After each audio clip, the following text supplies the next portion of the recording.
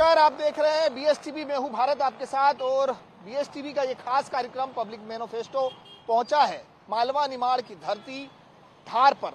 और धार मालवा निमाड़ का संगम है और यहाँ की आदिवासी परंपरा देश ही नहीं अब दुनिया में भी जानी जाती है। लेकिन इस स्थानीय लोगों के क्या है मुद्दे और क्या किए गए हैं सांसद द्वारा इन 5 सालों में काम, इसको लेकर हम जनता के बीच पहुंचेंगे और जनता से करेंगे चर्चा। तो आइए चलते हैं जनता के बीच और करेंगे जनता से जनता के मुद्दों की चर्चा।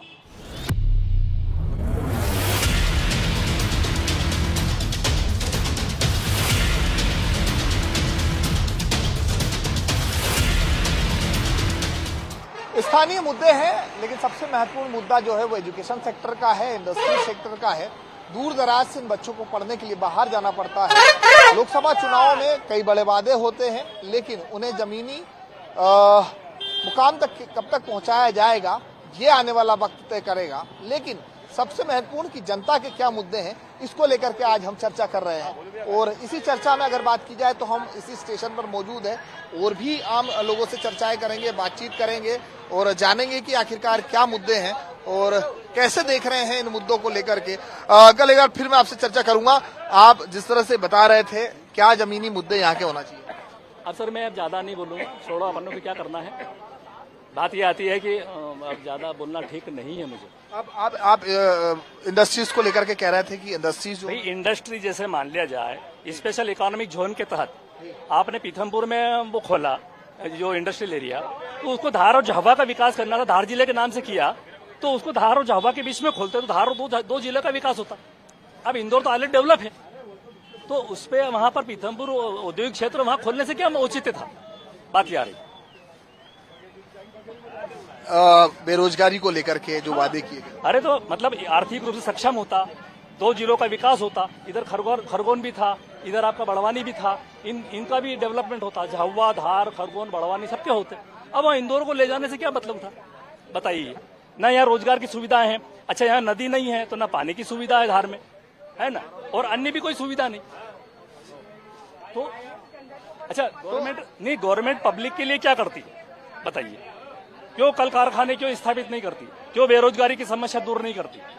पढ़े लिखे की फौज तैयार है। अभी एक आदमी आज मतलब एक को बुलाओ चपरासी की पोस्ट के लिए हजारों खड़े होते। इंजीनियर से लगा के बड़े बड़े मतलब प्रोफेशनल डिग्री वाले खड़े हैं।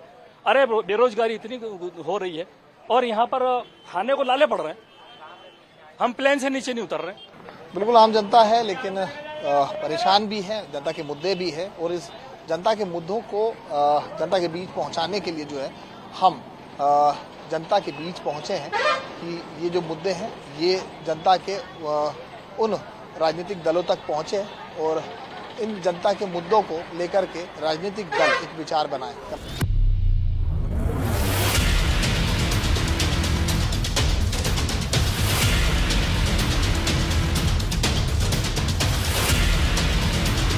धार की जनता से तो जाना कि आखिरकार क्या है यहाँ के जमीनी मुद्दे, लेकिन सरकार तक पहुंचाने वाले उन जमीनी मुद्दों को बीएसटीवी की टीम अब सरकार तक पहुंचाएगी। लेकिन राजनीतिक दलों के वो कार्यकर्ता जो जमीनी स्तर तक जनता के बीच जुड़े हैं, उनसे भी चर्चा करेंगे कि आखिरकार क्या है मुद्दे और कितने किए गए विकास के कार्य।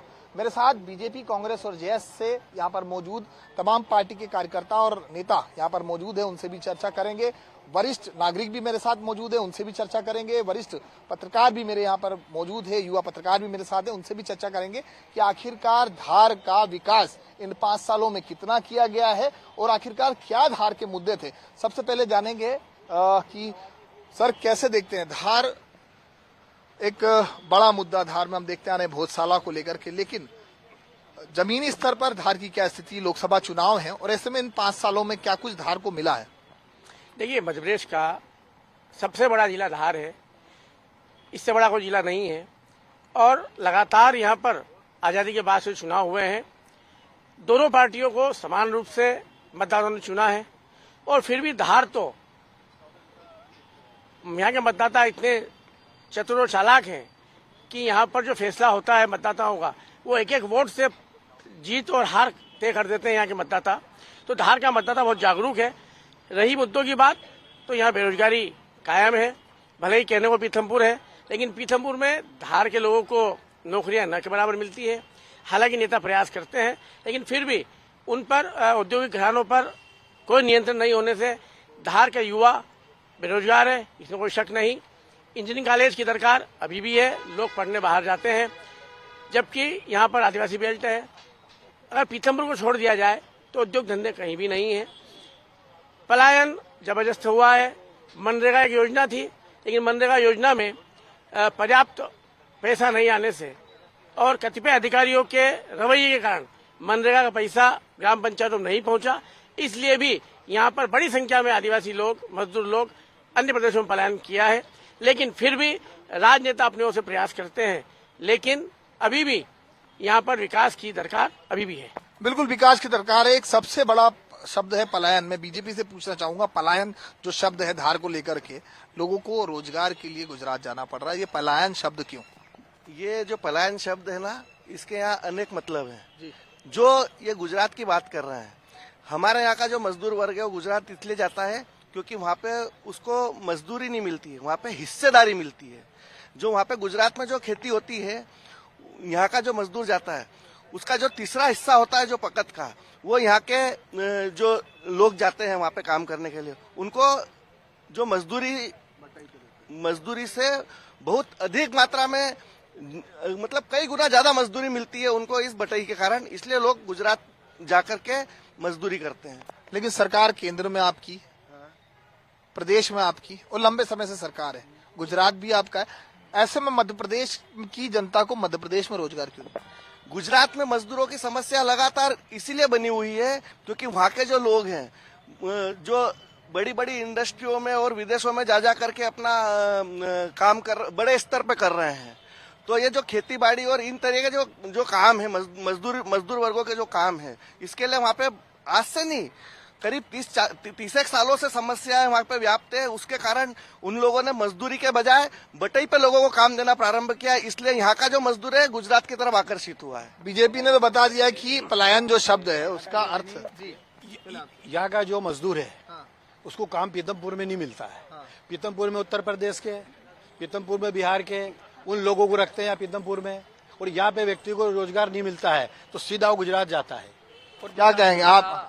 एक भैया बता ही रहे हैं, कारण उनने ही बता दिया, मेरे को ऐसा स्पष्ट बताने की जरूरत नहीं। वो खुद ही कह रहे हैं कि वहाँ पर बटाई में काम दिया जाता है।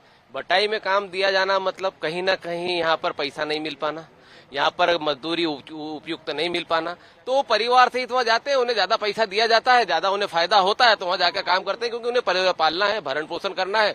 मतलब इसका उद्देश्य सीधा सा है कि भाई एमपी में और कम से कम हमारे धार जिले में गरीब आदिवासी लोगों को सही रोजगार नहीं दिया जा रहा है, मजदूरों को मजदूरी नहीं मिल रही है, तो उनको उस कारण से दूसरे प्रदेशों में पलायन करना पड़ रहा है। आप बताएं। युवाओं को रोजगार इसलिए नहीं मिलता है कि यहाँ के जो युवा हैं वो स्किल्ड नहीं है। पिछली बार जब हम लोगों ने, यही लोकसभा चुनाव थे, विधानसभा चुनाव थे, हम पत्रकार हैं, ये मुद्दा उठाते हैं कि यहाँ युवाओं को रोजगार नहीं मिलता, बाहर जाना पड़ता है। पीथमपुर इतना बड़ा इंडस्ट्री एरिया है, उसके बावजूद यहाँ के युवा बेरोजगार हैं और काफी तादाद में यहाँ पर युवा है, आदिवासी युवा है। तो स्किल डेवलपमेंट के लिए यहाँ पे जो ITI है वो डला है, यहाँ पे जो है अभी छोटे छोटे इंस्टीट्यूट्स जो है वो स्किल्ड के लिए डले, पर वो नाकाफी है क्योंकि जो इंडस्ट्री की जरूरत है वो पहले प्रशासन को तय करना होगी कि क्या चाहिए उनको युवाओं से और किस तरह का स्किल डेवलपमेंट होना चाहिए, तब जाके जो है युवाओं को रोजगार मिलेगा। उत्तर प्रदेश, बिहार, उधर के जो युवा हैं उनको वो स्किल्ड होते हैं, उन इंडस्ट्रीज के हिसाब से जो यहाँ पे लगी हुई है, तो उनको रोजगार मिलता है। और यहाँ के युवा, देखिए, धार की धरती पर धार के ही लोगों को रोजगार की बड़ी समस्या है।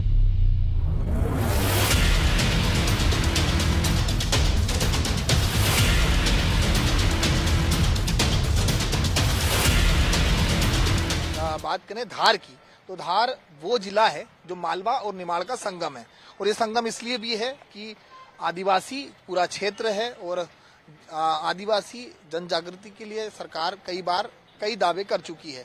इस बार अगर बात की जाए लोकसभा सीट को लेकर के, तो जहां एक और बीजेपी ने प्रत्याशी के रूप में एक बार फिर सवित्री ठाकुर को मौका दिया है। पिछली बार वो सांसद यहां से रह चुकी है, लेकिन बात की जाए तो इस बार उनके द्वारा किस तरह के काम किए जाएंगे, क्या कुछ मुद्दे रहेंगे, इसको लेके भी चर्चा करेंगे। तो कैसे देख रहे हैं आप, बीजेपी में क्या विकास कार्य हुए हैं? पिछली बार, इससे पहले भी वो सांसद रह चुकी है, इस बार फिर एक बार बीजेपी ने उन्हें पुनः मौका दिया। बीजेपी में लगातार काम हो रहा है। जैसे बदनावर में भी पीएम मेगा टेक्सटाइल आया है, हाथोद में भी फैक्ट्रियां खुल रही है, पीतमपुर सेकंड पीतमपुर हाथोद में बन रहा है, जो सरदारपुर विधानसभा में आएगा। पूरा सातों विधानसभाओं में काम हो रहा है। और महू में भी, महू लोकसभा मतलब महू भी पास पड़ता लोकसभा में, महू में भी मिलिट्री कैंट में भी काम हो रहा है। और यहाँ पे लोगों को पलायन करना पड़ रहा है। पलायन नहीं करना पड़ रहा है उनको, वहाँ पे क्या होता है, हिस्सेदारी मिलती है। तीसरा हिस्सा जो बोला ना हमारे साथी ने, तीसरा हिस्सा मतलब बड़ा अमाउंट होता है। जैसे 1 लाख का 25,000, अब कोई को 25,000 मिलना और 200 रुपए मिलना, ये सुविधाएं सरकार यहाँ क्यों नहीं कर पा रही? देखिए, अभी दीदी ने बताया कि उनका जो कौशल विकास है, स्किल डेवलपमेंट है, उस हिसाब से नहीं हो पा रहा है।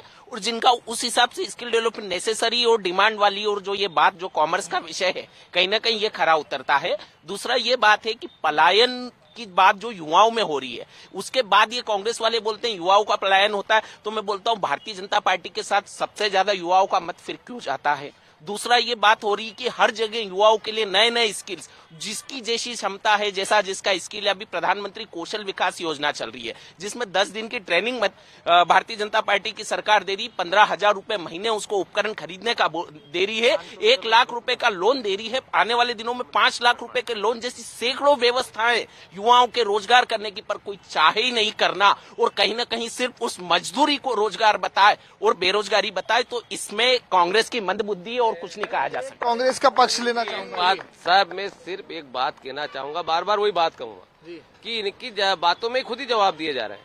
ये कह रहे हैं कि गवर्नमेंट इतनी स्कीमें चला रही। पहले तो ये बात ठीक है कि जो शासन में रहेगा उसी को जनता का ध्यान रखना है। आप इतनी स्कीमें चला रही तो लोग फायदा क्यों नहीं ले पा रहे? लोग पलायन क्यों कर रहे हैं? भाई कांग्रेस तो उन्हें नहीं कह रही कि आपको पलायन करना है, आपको बाहर जाके काम करना है।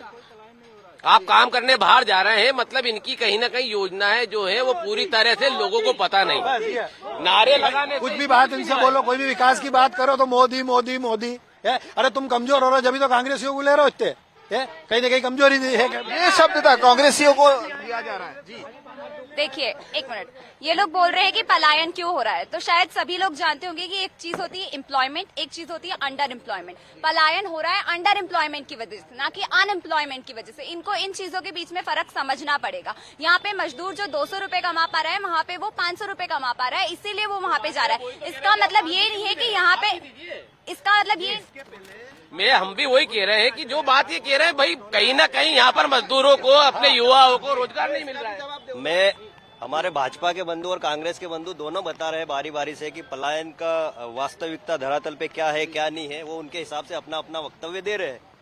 हमारे मित्रों ने बताया कि पलायन वहाँ पर इसलिए जाते हैं कि वहाँ पे हिस्सेदारी मिलती है। पलायन का वास्तविक रूप इनको मालूम नहीं है। यहाँ पर इतनी उपजाऊ भूमि नहीं है कि व्यक्ति अपनी जीवन यापन की प्रक्रिया चला सकता है ना। किसी न किसी के पास 1-2 बीघा जमीन है, एक फसल तो वो मक्का बो देता है, लगभग वो साल भर पका लेता, खा लेता है। अब उसके पास में अतिरिक्त विकल्प है नहीं। अगर यहाँ पर नर्मदा जैसे सिंचाई योजना आ जाती है, तो पानी की भरपूर अगर योजना मिल जाती है, पानी की अगर भरपूर, बात मेरे गांव की नहीं है, पूरे आदिवासी की बात कर रहा हूँ, अगर वो क्षेत्र में आ जाती है तो उन्हें कहीं न कहीं उपजाऊ फसल मिल जाएगी, वो अपने ही क्षेत्र में रोजगार प्राप्त कर लेगा, है ना। स्थानीय कंपनियों में यहाँ के स्थानीय लोगों को रोजगार क्यों नहीं दिया जा रहा, बताइए आप। अच्छा, एजुकेशन सेक्टर को लेकर के बात की जाए, एजुकेशन सेक्टर की बात की जा रही थी, इंजीनियरिंग कॉलेज होंगे, बेहतर सुविधा होगी, तो कैसे देख रहे हैं? यहाँ धार में कुछ नहीं है। यहाँ पे 10th के बाद बच्चों को इंदौर जाना पड़ता है, कोचिंग वहीं पे, सब कोचिंग वहीं करना पड़ती है। यहाँ पे कुछ भी नहीं है। क्या इनके कांग्रेस शासन काल में तो 5वीं भी क्लास नहीं थी गाँव में। आज हाई सेकेंडरी, हाई स्कूल खुले हुए हैं। नहीं, ये भी पढ़ लिए, बच्चे भी पढ़ लिए, पर यहाँ पर एजुकेशन नहीं था। आज की तारीख में कॉलेज जो है, कॉलेजेस हैं, पर कहीं न कहीं यहाँ पर संचालन पिछले 25 साल से जो बीजेपी की शासन चला आ रहा है, इसमें संचालन व्यवस्थित नहीं हो रहा है। यहाँ पर स्कूलों का जो ट्राइबल बेल्ट में होना चाहिए वो ट्राइबल बेल्ट में नहीं है। वहाँ से लोगों को उठ के शहर में आना पड़ता है। एक सवाल, मेरा एक सवाल कांग्रेस से ये रहेगा, एक सवाल, क्या जमीनी मुद्दे होंगे? कांग्रेस इस बार कैसे चर्चाओं में रहेगी, क्या मुद्दे रहेंगे? जी देखिए साहब, मुद्दों की कांग्रेस के पास कोई कमी नहीं। कांग्रेस के पास सबसे बड़ा मुद्दा है विकास का। इस धार जिले में ही बात कर ली जाए तो पिछले कंटिन्यू समय से बीजेपी का शासन चला आ रहा है। 1.5 साल में विकास से ये इतने घबरा गए कि इनको इनकी रीति नीति छोड़ना पड़ी और लोगों को खरीदना पड़ा। वो घबरा गए थे तभी इनकी यह हुआ है, और उसके पहले से चला आ रहा है शासन इनका। उसके बाद भी धार जिले में किसी भी तरह का कुछ भी विकास यहाँ पर पूरा शून्य है। इन्होंने आज जिन्हें टिकट दिया है ना, उनसे पिछले 5 साल वो भी सांसद रही थी, उनका टिकट क्यों काटा गया था ये उसका जवाब देते। और ये बड़ा सवाल है। 15 महीने की सरकार ने 15 साल पुरानी याद दिला दी, दिग्विजय सिंह जी की याद दिला दी थी, इसलिए इनका शासन चेंज हुआ। राम मंदिर मत बनाओ, इनका विकास करो। राम मंदिर मत बनाओ, उन बच्चों का विकास करो और इनको रोजगार से लगाओ तो देश विकास की ओर तरक्की करेगा। जी ये कह रहे हैं कि पूर्व में सांसद जी का टिकट क्यों काटा, उनका टिकट कटा उसके बाद भी वो 5 साल तक निरंतर रूप से प्रधानमंत्री जी जैसे बोलते प्रधान सेवक उस रूप में पूरे लोकसभा क्षेत्र की सेवा करती रही। पर ऐसा यदि कांग्रेस में हो जाता, किसी का टिकट कट जाता तो वो कब का पार्टी चेंज कर लिया होता। और ये हो जाता है। कांग्रेस है कहाँ? कांग्रेस और बेरोजगारी तो पलायन तो कांग्रेस में है। तो कांग्रेस वाले छोड़ के भारतीय कांग्रेस वाले सब छोड़ के भारतीय जनता पार्टी में, पलायन तो कांग्रेस में हो रहा है, बेरोजगारी तो कांग्रेस में, रोजगार भाजपा में मिल रहा है। सर ये पलायन की बात कर रहे हैं तो भारतीय जनता पार्टी की गुजरात में भी सरकार भारतीय जनता पार्टी की और संपूर्ण भारत के चुनाव है। ये प्रधानमंत्री जी किसी एक के नहीं है। और पलायन की जिस व्यक्ति को अगर विदेश में जाना है तो वो विदेश में अच्छा उसको मनोबल मिल रहा है तो वो विदेश में भी जाके नौकरी कर रहा है। पलायन की बात कर रहे हैं, मेरे साथ आप गांव में चलिए, आपको एक भी खेत में मजदूर नहीं मिलेगा मजदूरी करने के लिए, क्योंकि इतना काम है कि हार्वेस्टरों से गेहूं कट रहा है। मैंने बोला है पलायन, मैंने नहीं बोला आपको, या हमने नहीं बोला पलायन, तो इन्होंने कहा कि हो गया। अब जब चूंकि पलायन हो चुका है, मजदूर है ही नहीं, तो इनको मजदूर मिलेंगे कहाँ से? सही मजदूरी देंगे नहीं, उनको उचित दाम देंगे नहीं, तो इनका काम क्यों करेगा साहब? मोदी जी ने कौन से वादे करे? 15-15 लाख 2 लाख लोगों को रोजगार, इनको ये कर दूंगा वो कर दूंगा, कौन सा मोदी जी ने करे?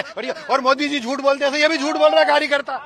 ये एक जी पलायन नहीं है, झूठ पहले बोल रहा है, जो 44 सीट पे आ गया है। मोदी तो जो बोलता है वो करता है, इसीलिए इस चुनाव में 303 आई थी और इस बार 370 आएगी। और इस बार युवाओं का ही वोट सबसे ज्यादा भारतीय जनता पार्टी को गया है। इससे ये साबित होता है कि युवा जो है वो भारतीय जनता पार्टी के साथ ही है।